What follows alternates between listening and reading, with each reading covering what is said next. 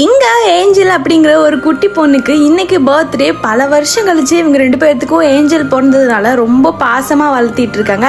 அன்னைக்கு செலிப்ரேஷன்லாம் முடிச்சுட்டு அவங்க அப்பா வெளியே நின்று பேசிட்டு இருந்திருப்பாரு. அவங்க அப்பா கிட்ட போறம்மா நான் அப்படின்னு சொல்லிட்டு ஏஞ்சல் வந்து வெளியே போறப்ப கதவை திறந்ததும் ஒரு நாய் வந்து ஏஞ்சலை பயங்கரமா கடிச்சிருது. அவங்க அம்மாவும் அழுது அவங்க அப்பாவெல்லாம் கூப்பிட்டு கடைசியில எப்படியோ ஹாஸ்பிட்டல் கொண்டே சேர்த்திடுறாங்க. டாக்டரும் அந்த பொண்ணுக்கு ட்ரீட்மெண்ட்லாம் முடிச்சுட்டு வெளியே வந்து ஒன்றும் பிரச்சனை இல்லை, ஏஞ்சல் நல்லா இருக்கா அப்படி சொல்லிடுறாங்க.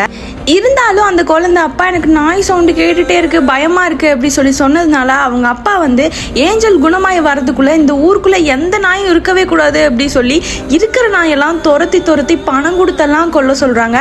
அதுல தான் ஹீரோவோட நாயும் காணாம போயிருக்கும். ஹீரோ பயந்து போய் அந்த நாயை அங்க இங்கேயும் தேடுறான். நாயோட பேரு காளி அப்படி சொல்லி ரொம்ப பாசமா இவ்வளவு நாளா வளர்த்திட்டு இருந்திருப்பான். கொஞ்ச தூரம் தேடிட்டு போறப்ப ஒரு இடத்துல தலையே இல்லாமல் ஒரு நாய் வெட்டப்பட்டு கிடக்குது. அவனோட ஃப்ரெண்டு கூப்பிட்டு மாப்பிள்ள காளி அப்படி சொல்கிறான்.